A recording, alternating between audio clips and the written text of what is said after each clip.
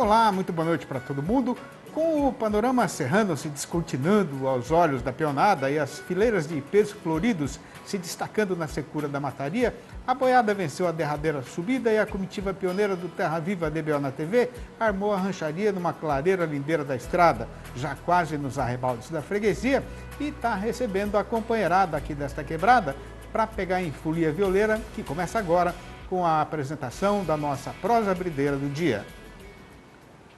A OIE, que é a Organização Mundial de Saúde Animal, divulgou nesta segunda-feira, dia 6, um comunicado oficial confirmando o aparecimento de 2 casos da falsa vaca louca no Brasil e reconhecendo ao mesmo tempo que a situação não representa nenhum risco para o rebanho nem para a saúde da população.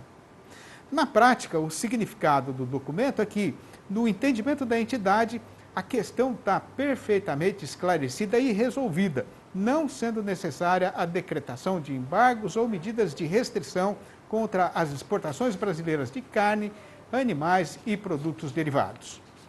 Antes até de outras considerações, repare a amiga fazendeira que a OIE foi muito ligeira para analisar essa questão, né? Porque eles receberam no sábado os resultados dos exames feitos nos animais suspeitos e na segunda-feira de manhã já tinham tomado uma decisão a respeito da situação. Este comportamento é uma manifestação clara da importância que a organização está dando para a necessidade de encerrar o caso o mais rapidamente possível, para matar no ninho e não deixar crescer falação enganadeira sobre o que de verdade aconteceu com as vacas brasileiras. Conforme o companheiro boiadeiro já está careca de saber, a ciência e o mercado também já têm perfeito conhecimento da enorme diferença entre as duas formas dessa doença. O que é que provoca uma e qual é a causa da outra, as consequências desta e os resultados daquela, né? Aí, numa hora complicada como esta de agora, este procedimento da OIE é não só certo quanto obrigatório, porque faz parte da sua missão defender a justiça nas relações comerciais internacionais, impedindo que governos ou empresas oportunistas adotem práticas desonestas para tirar vantagem da situação. Esta manifestação da entidade já deveria ser mais do que suficiente para devolver a tranquilidade para o mercado, mas a gente ainda vai ter de esperar mais uns dias, talvez, para saber o que é que vai ser feito a respeito disso pela nossa freguesia. Se a lógica e a honestidade não forem contrariadas, a previsão é que os embarques devem continuar normalmente, tirante aí o caso da China, né, por conta do acordo que a gente tem com eles, de parar voluntariamente a exportação quando aparecer uma suspeita de ocorrência dessa consumição. O problema é que um só dia de suspensão dos embarques lá para o gigante do Oriente Distante já é uma trapeira suficientemente grande para atrapalhar bastante a lida de quem ganha a vida trabalhando na cadeia produtiva da carne bovina brasileira, né? Tomara, então, que a China não demore para reabrir essa porteira, né? Nesse tempo de modernidade, o caboclo tem de saber soltar o freio da curiosidade e aproveitar para entender e aprender com as novidades. E aproveitando então as facilidades oferecidas pela televisão, aqui a gente tem a oportunidade de fazer a perguntação diretamente para os especialistas na nossa conversa com o analista. E hoje eu vou falar um pouquinho sobre a relação de troca com o farelo de algodão. O preço do insumo subiu no início de setembro em função da boa demanda e somado também a expectativas de menor produção nesta temporada. Segundo o levantamento aqui da Scott Consultoria, o farelo de algodão com 28% de proteína bruta está cotado em média em R$ 1.780,60 por tonelada e sem o frete. Houve uma alta de 3,3% na comparação mensal, mas em relação ao mesmo período do ano passado, esse insumo está custando 49,1% mais. Bom, no estado, a relação de troca está em 5,33 arrobas de um boi gordo por uma tonelada do farelo.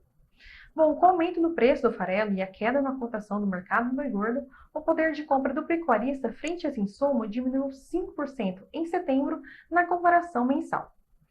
Bom, para o curto prazo, a expectativa é de preços firmes para o farelo de algodão. E apesar do aumento da oferta do insumo, com a colheita de algodão em andamentos e esmagamentos, a demanda firme deverá continuar dando sustentação às cotações. Por hoje é só, muito obrigada pela sua atenção e até a próxima!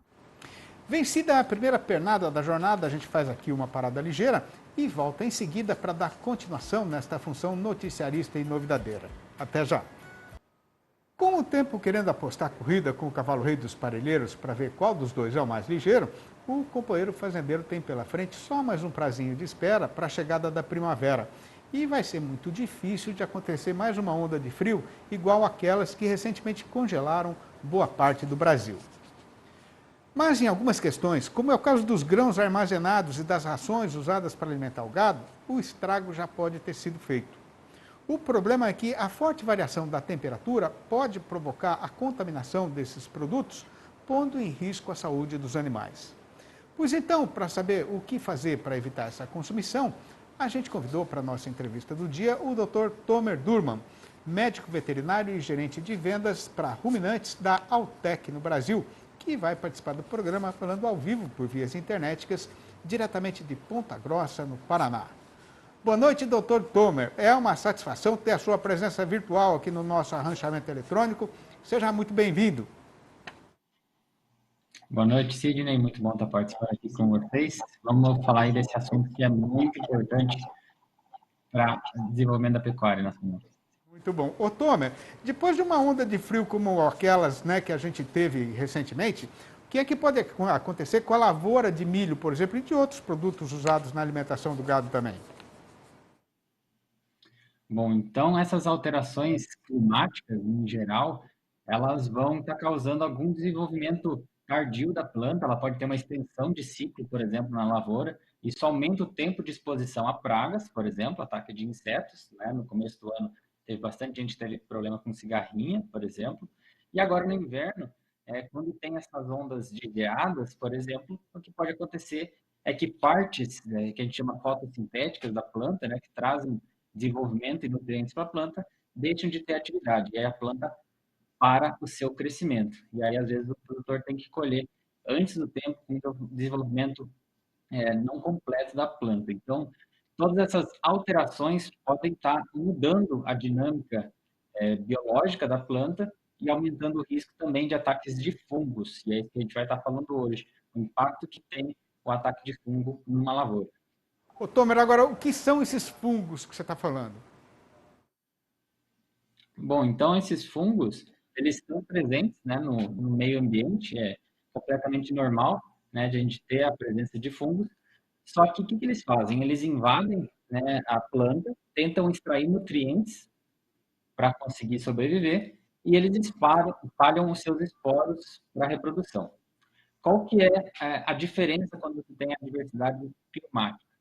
Então, o fungo ele está lá pegando os nutrientes numa planta e ele não quer competição, né? Ele não quer que venha outros micro-organismos também ter acesso a esses nutrientes. Então, como um mecanismo de defesa, alguns fungos eles vão estar produzindo toxinas, né, para estar inibindo o crescimento microbiológico de competição desses nutrientes.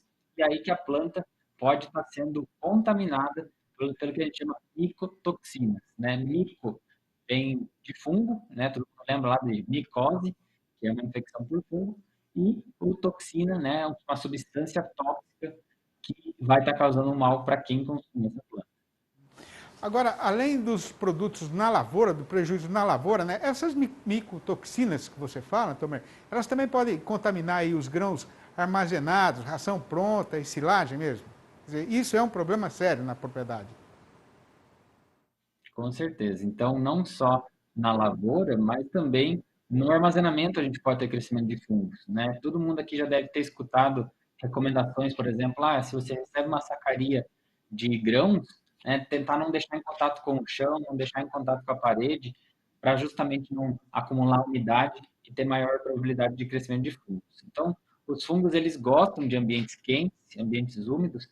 Então, se você tem essas condições no armazenamento, é provável que vai estar crescendo fungos tanto nos grãos, né, concentrado no caso, como também nos alimentos volumosos, no caso, silagem de milho, que também pode estar tendo crescimento de fungo durante o armazenamento, e aí o nível de toxina só vai aumentando.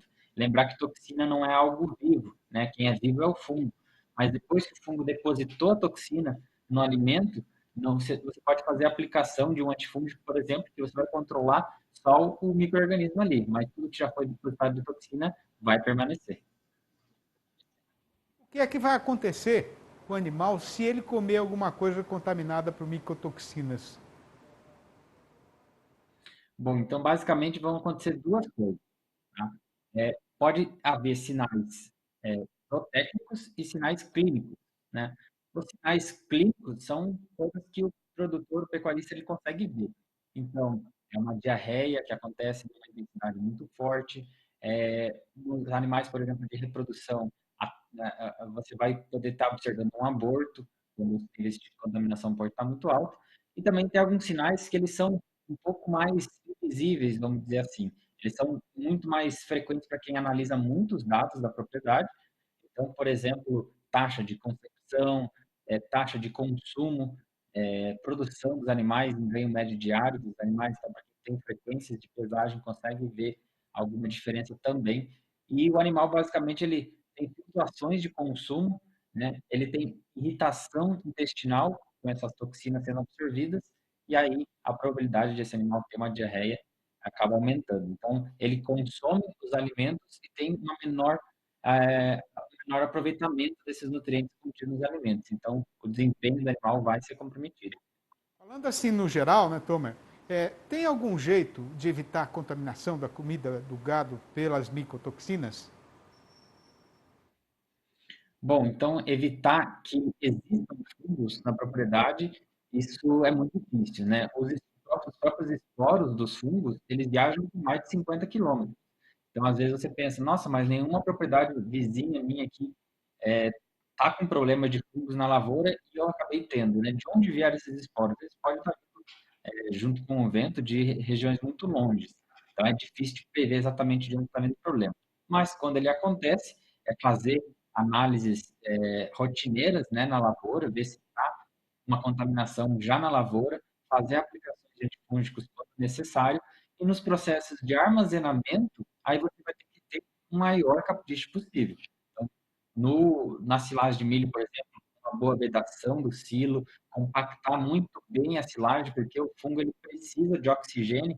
Então, quando você compacta bem a silagem dentro do silo, não sobra oxigênio para ter crescimento de fungo. Então, todos esses fatores, né, a vedação, usar uma lona de boa qualidade, que tenha resistência ultravioleta, então, ao longo do tempo, ela não vai degradar e não vai passar oxigênio por ela. Então, todos esses detalhes são muito importantes. E no armazenamento de grãos, está escolhendo locais que fujam o máximo possível de altas temperaturas e de umidade também. Né? E olhar também os processos da fazenda, né? Então, às vezes, o avião que Certo, mistura os certo. alimentos, a pista de trato dos animais, tudo isso também pode ter fungos e tem que ter controle no dia a dia. Entendi, entendi. Ô, Tomer, é muito interessante esse assunto. Fica aí o alerta, né, para o pecuarista para prestar atenção nessas coisas, nesse tipo de possibilidade de contaminação. Né? Eu queria agradecer demais a sua participação aqui no programa, dizer que a gente está sempre de porteira aberta, viu? Sempre que tiver alguma coisa interessante, liga para a gente prosseguir mais um pouquinho. Obrigado, Tomer. Grande abraço. Eu agradeço. Grande abraço. Até a próxima.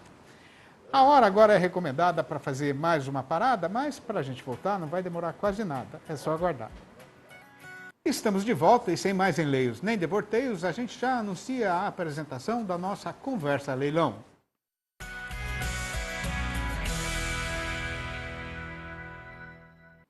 E hoje, a partir das 8h35 da noite, o Terra Viva transmite o leilão Tradição, com oferta de novilhas de leiteiro da mais alta qualidade genética. E a respeito desta venda, eu vou trocar 2 dedos de prosa com o pecuarista Flávio Pérez, da Fazenda Brasília, que é um dos promotores do leilão. Boa noite, Flávio. Muito obrigado pela sua presença aqui, muito obrigado por fazer o leilão com a gente. Conta um pouquinho para os nossos companheiros boiadeiros do Brasil inteiro como é que é essa oferta, que novilhada é essa que vocês vão colocar na pista hoje. Boa noite, Cid. O leilão vai começar daqui a pouco, às 8h30. Esse leilão é um leilão, talvez um dos mais antigos da televisão, tem mais de 25 anos. Esse leilão chama de Tradição, porque são 4 promotores das fazendas mais tradicionais, entre as mais tradicionais do leiteiro do Brasil. E nós fazíamos 3 leilões durante a presencial na Expo Zebu. Com a pandemia, passamos a fazer 3 virtuais e esse é o último do ano. Ô Flávio, como é que São vai ser? 4. Como é que vai ser a condição de pagamento? Desculpa de te interromper aí.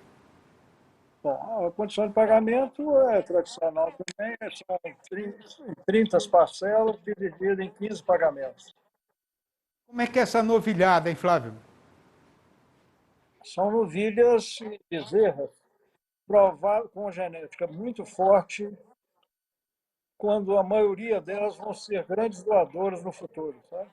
Muito bom. A gente conhece de longa data a tradição, né, do leilão tradição, e nós vamos acompanhar o leilão com vocês, viu, Flávio? Vamos estar torcendo aqui, com certeza, muita qualidade na pista, nem vai precisar fazer muito esforço para vender, porque o mercado está querendo isso. Flávio, abração para você, até daqui a pouco. Entendeu, Cid? Vale a pena o pessoal acompanhar, porque são animais difíceis de ser ofertados. Tem assim de sobra no mercado. Flávio, abração para você, até daqui a pouquinho. E o amigo que nos dá a satisfação da sua audiência já tem sabedência de que este nosso espaço aqui na televisão é dividido em 4 pedaços. E tendo sido vencidos os 3 primeiros, a gente faz agora mais um intervalo ligeiro antes de começar o derradeiro. O Terra Viva DBO na TV volta em instantes, aguarde. Depois de quase 20 anos de ausência, os fazendeiros de Santa Catarina estão voltando este ano a participar da Expo Inter, que é uma das maiores e mais importantes feiras de agropecuária das Américas, né? Pois então, aproveitando a ligeireza da televisão, a gente vai daqui num pulo só, lá para Esteio, no Rio Grande do Sul, onde os repórteres Renata Afonso e Paulo Watanabe já estão prontos para contar essa história para os companheiros boiadeiros e para as companheiras boiadeiras do Brasil inteiro. Acompanhem. Santa Catarina está de volta à Expo Inter depois de 20 anos. O Edson Colombo é um dos criadores. Ele é proprietário da Fazenda Mãe Rainha de Lages. Edson, obrigada pela entrevista, pela participação. Quantos exemplares, quantos animais você trouxe aqui para a feira?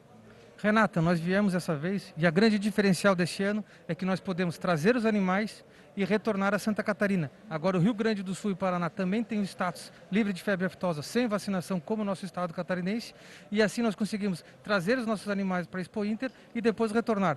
É com muita satisfação, Renata, é emocionante.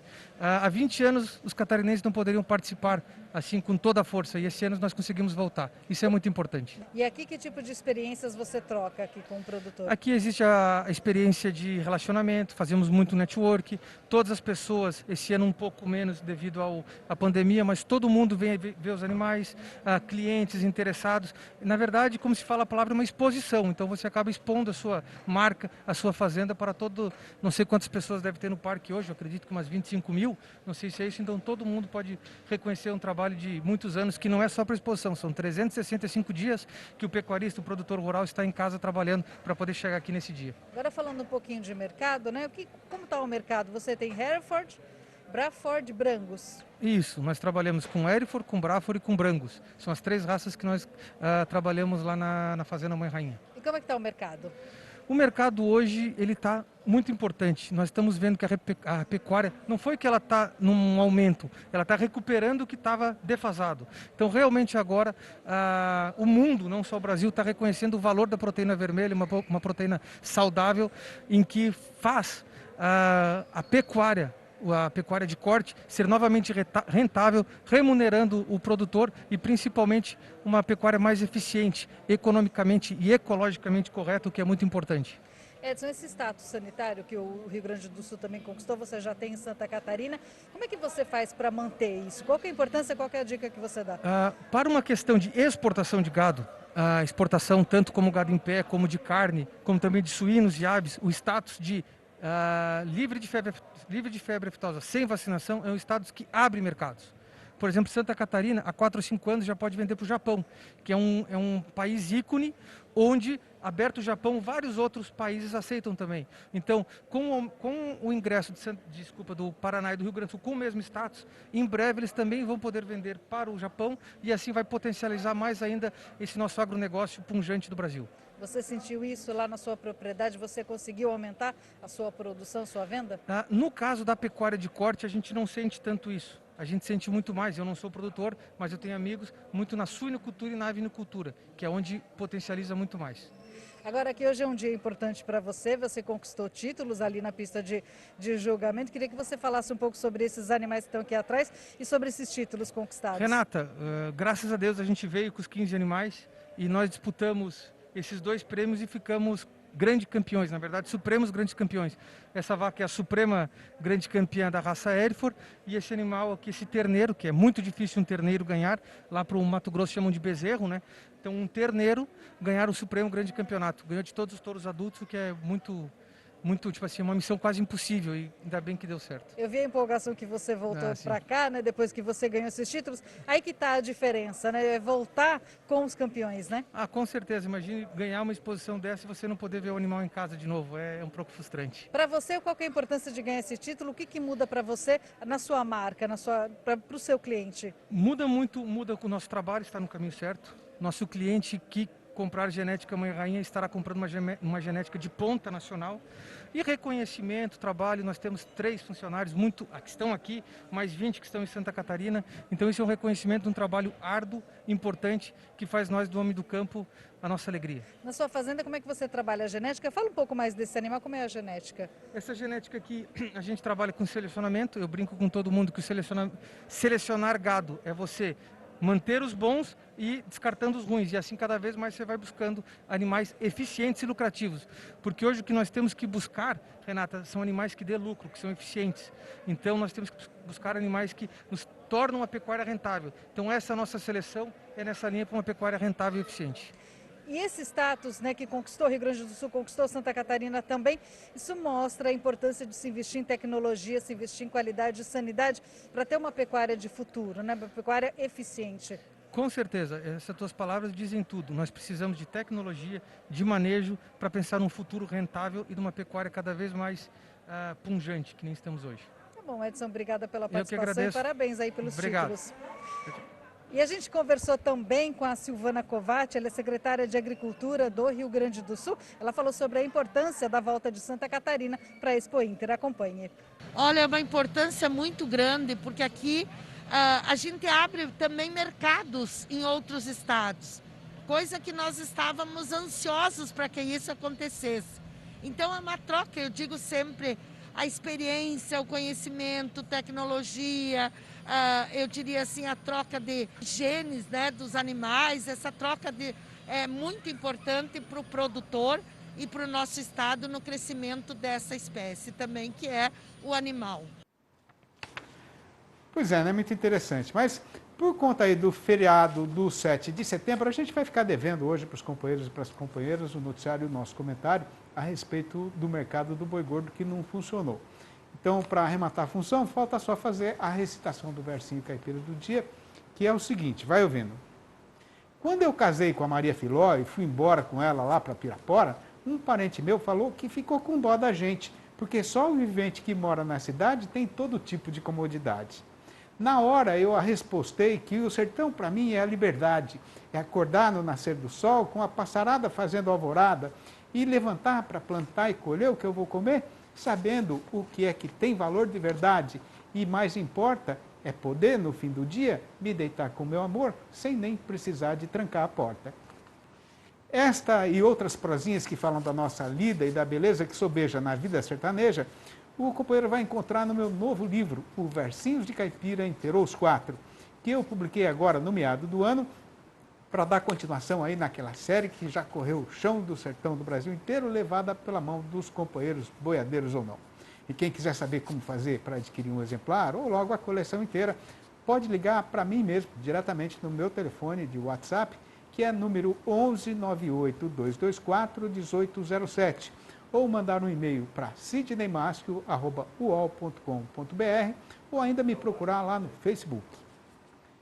E depois de ter dado conta do serviço que tinha sido tratado, a comitiva anuncia a retirada e volta com o mestiço para a estrada, mas já deixa combinada a volta do Terra Viva DBO na TV para amanhã, às 6h30 da manhã e às 7h25 da noite.